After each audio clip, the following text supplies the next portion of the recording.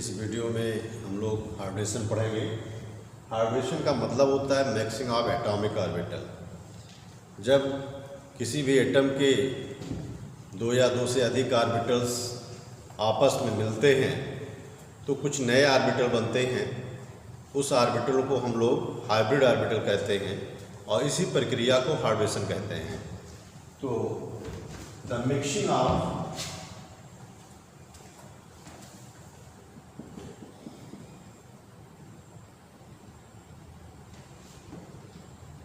two or more than two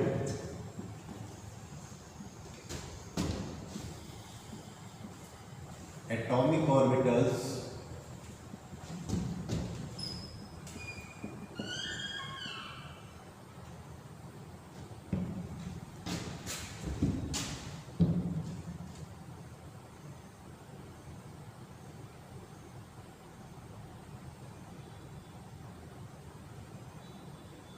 is called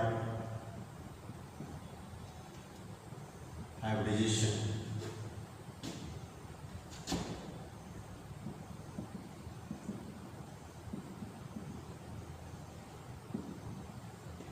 Mixing of two or more than two atomic orbitals is called hybridization. In this process,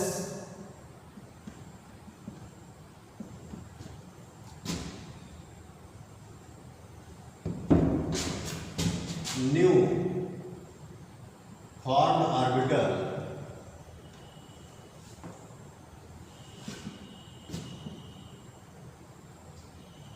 after mixing, मिलने के बाद जो नए orbitals बनते हैं, in this process new formed orbitals are called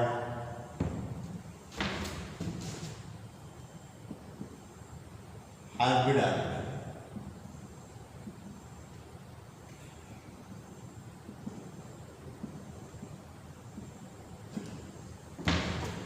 दो या दो से अधिक ऑर्बिटल्स लगभग समान ऊर्जा की सेम एनर्जी के होते हैं, वो आपस में मिलते हैं तो हाइब्रिड ऑर्बिटल बनते हैं और इसी प्रक्रिया को हाइब्रिडेशन कहते हैं।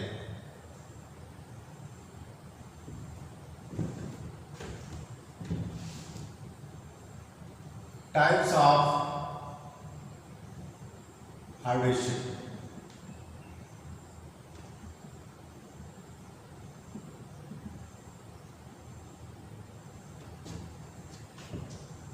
हाइब्रिडेशन की हिंदी संकरण होता है।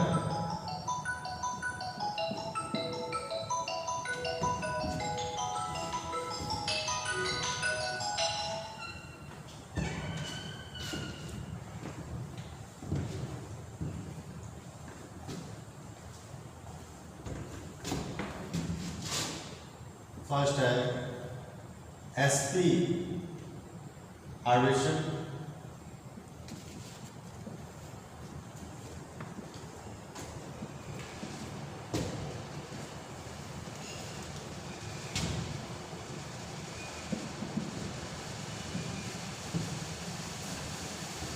इसमें sp में एक s एक p दो एटॉमिक ऑर्बिटल मिलते हैं, 1s प्लस 1p। तो यहां पर दो नए 2 1 1 2 हो गया और s को मिलकर sp हाइब्रिड ऑर्बिटल बनाते हैं।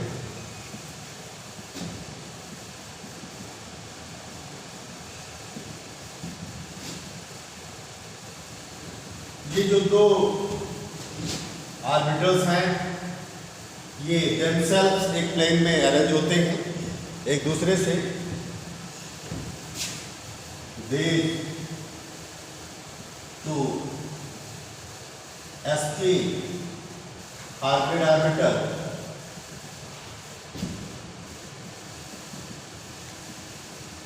और themselves स्वयं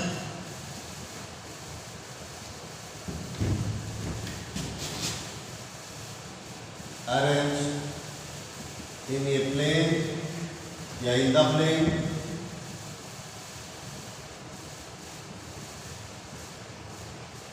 one two another, the one through another,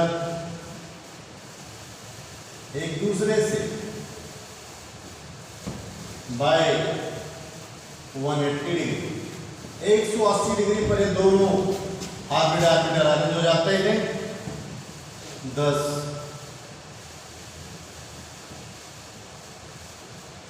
shape is called, जो मॉलिक्यूल का आकार होगा ये लीनियर हो जाएगा, लीनियर शेप का आएगा। sp हाइड्रोजन में एक s एक p मिलते हैं, 2 sp ऑर्बिटल बनते हैं, संकरण ऑर्बिटल, और ये दूसरे से व्यवस्थित हो जाते हैं 180 डिग्री पर, स्ट्रक्चर लीनियर बन जाता है। एग्जाम्पल देखेंगे,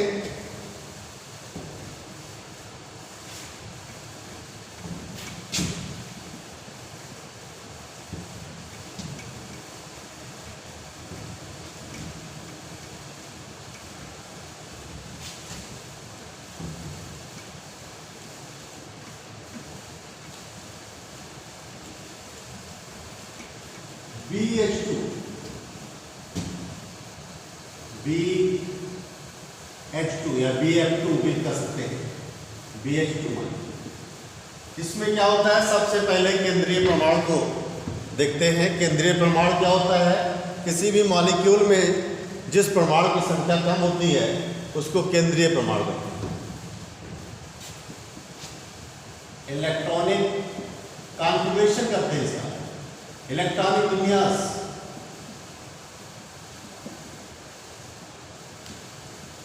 कॉन्फ़िगरेशन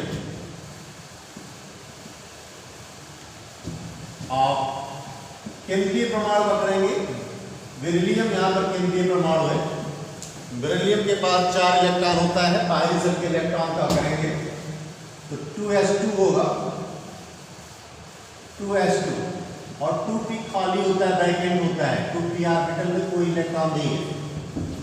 अब जब हम सेंट्रल का इलेक्ट्रॉनिक कॉन्फ़िगरेशन कर लेते हैं केंद्रीय परमाणु का, तब ये देखते हैं कि जुड़ने वाले कितने एटम्स हैं और वो किस नेचर के। जितने मोनोवैलेंट होंगे उतने हाफ फील्ड ऑर्बिटल तैयार करना पड़ेगा यहाँ पर। अगर बाईवैलेंट वाले होते तो एक एटम पर 2 करना पड़ता, तो यहाँ पर 2h है तो 2 हाफ फील्ड चाहिए, मेरे पास एक भी नहीं है, तो इसको एक्साइटेड करेंगे, यहाँ ले आएंगे तो 2 हाफ फील्ड हो जाएगा। तो दूसरा स्टेप होता है कि हाफ फील्ड तैयार करना। तो ये इलेक्ट्रॉनिक कॉन्फ़िगरेशन को हम इसी से लिखते हैं, इलेक्ट्रॉनिक कॉन्फ़िगरेशन ऑफ B है। ये ग्राउंड स्टेट में था, ये एक्साइटेड स्टेट में है, इसको कहीं से एनर्जी मिल गया, ये इलेक्ट्रॉन जंप कर गया।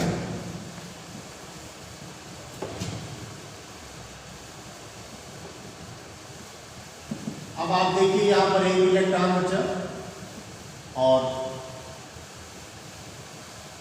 एक इलेक्ट्रॉन यहाँ पर आ गया, 2 हाफ फील्ड तैयार हो गए।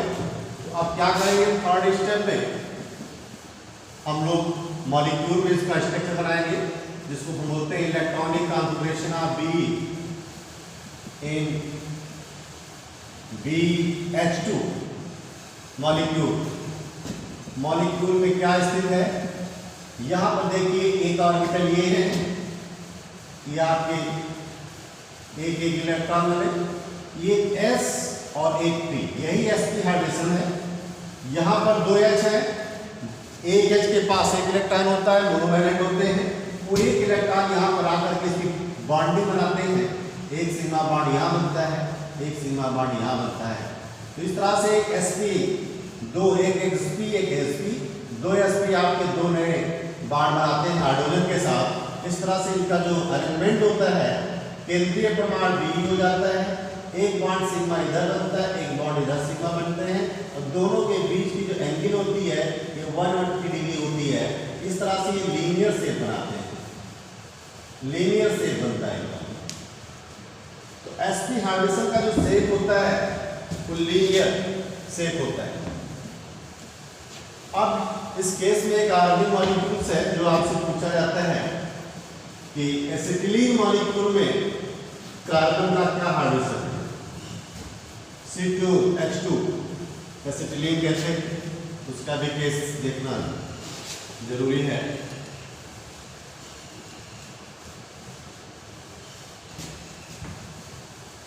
एसिटिलीन मॉलिक्यूल, ये हमारा मॉलिक्यूल C2H2 है जिसको एसिटिलीन बोलते हैं।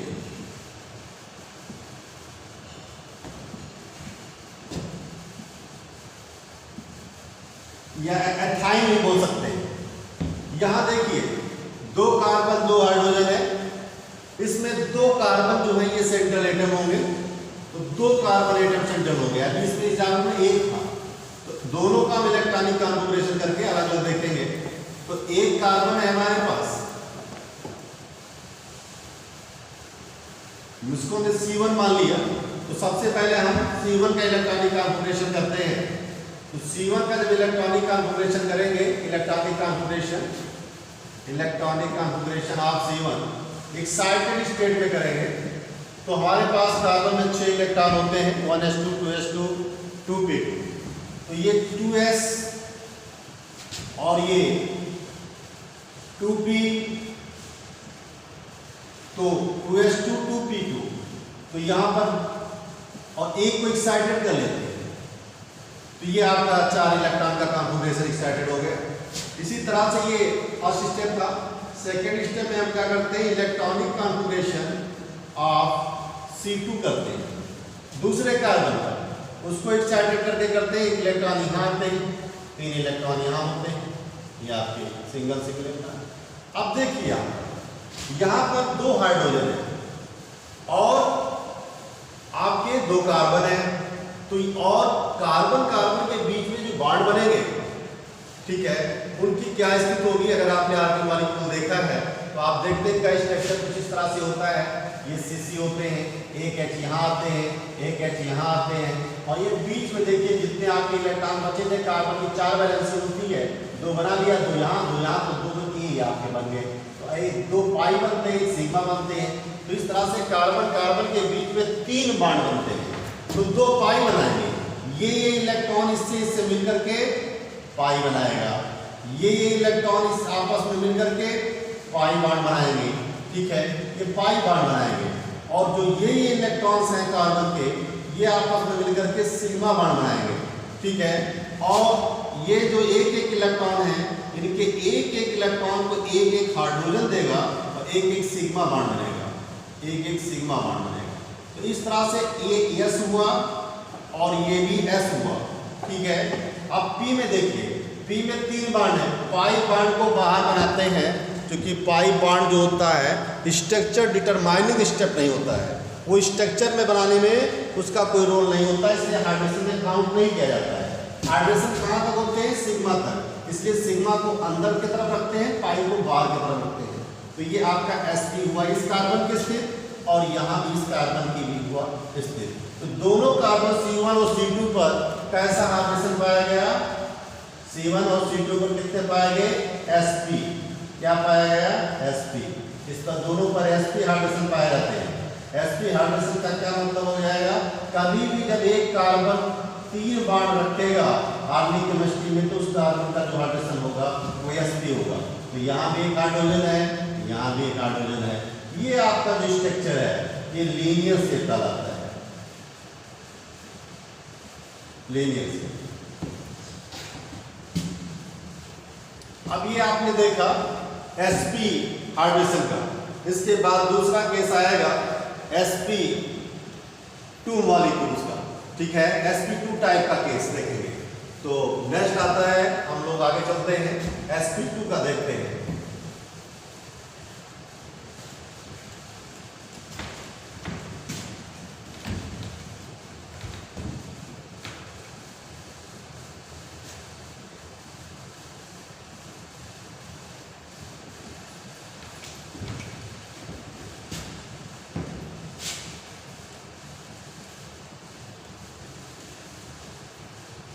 sp2 का केस देखेंगे। ये आपका sp2 हाइड्रेशन क्या है,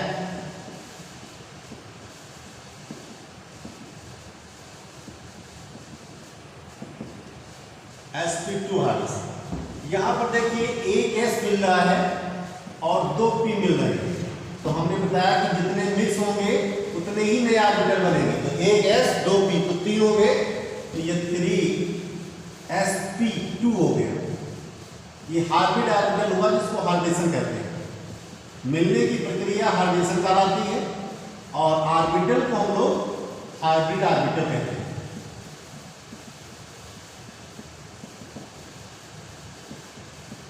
अब ये तीनों जो हार्बिड ऑर्बिटल्स हैं ये प्लेन में अरेंज होंगे।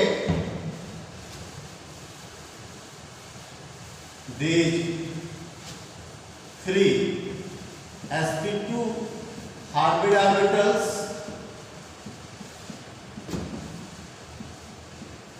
are arranged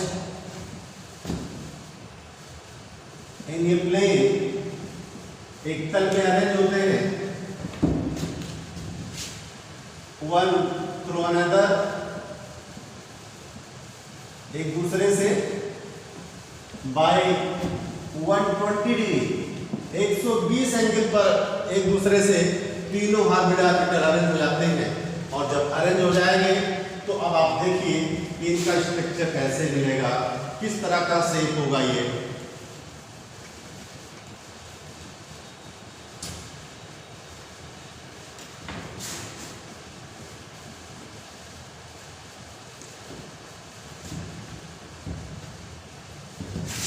तीन जुड़ेंगे एक प्लेन में, कुछ इस तरह का स्ट्रक्चर बनेगा। यहाँ सेंटर ओरिएंटेड होगा, यहाँ से अटैच होंगे इस तरह से, और इनके बीच की जो एंगल होगी 120 डिग्री होगी, 120 डिग्री होगी, और इस तरह से स्ट्रक्चर को ट्राइगोनल कहेंगे। ये ट्राइगोनल शेप है मॉलिक्यूल का। इस तरह का sp2 में इस तरह का स्ट्रक्चर पाया जाता है।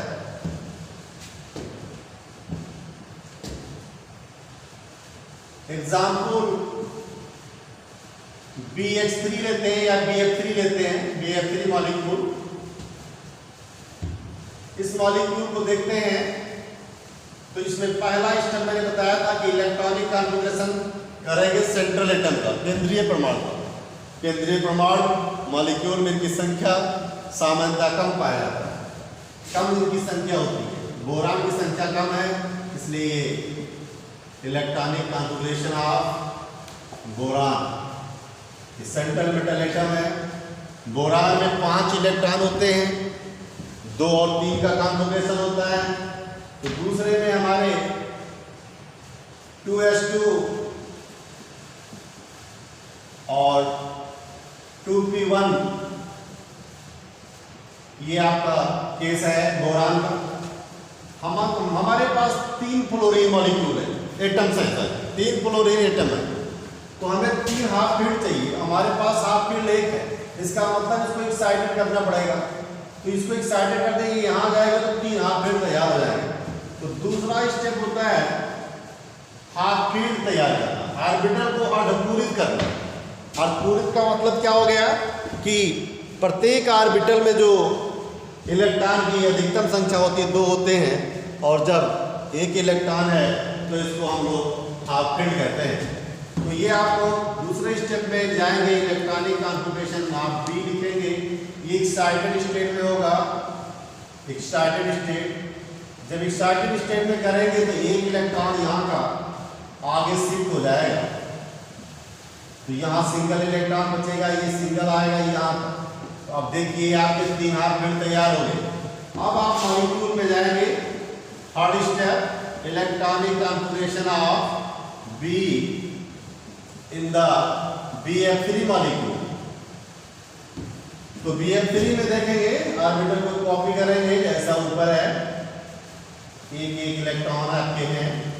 तो अब आप देखिए एक S हो गया और 2 P लग रहे हैं, sp2 हाइड्रेशन हो रहे हैं, आपके 2 P लग रहे हैं। एक इलेक्ट्रॉन एक फ्लोरीन सिग्मा बॉन्ड से बॉन्ड बनाएगा, जुड़ेगा ये। तो ये तीनों जो sp2 ऑर्बिटल ऑर्बिटल थे वो फ्लोरीन के एक p ऑर्बिटल से जुड़ करके सिग्मा बॉन्ड बनाते हैं। तो इस तरह से जब इनका स्ट्रक्चर बनाते हैं तो कुछ इस तरह से स्ट्रक्चर मिलता है इनका। ये बोरान आपका केंद्र में आ जाता है, और ये तीनों जो अटैचिंग पॉइंट है, जुड़ने वाले बिंदु हैं, लिगांड्स को जोड़ता है, ये आपका फ्लोरीन आ जाता है।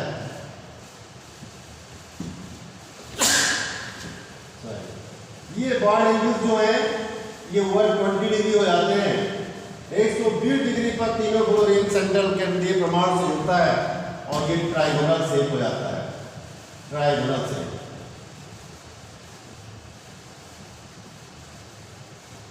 ट्राइगोनल शेप इस तरह से डिफरेंट स्ट्रक्चर हम लोग बनाते हैं। नेक्स्ट जो है हार्डवेस्टन दूसरे वीडियो में बताया जाएगा।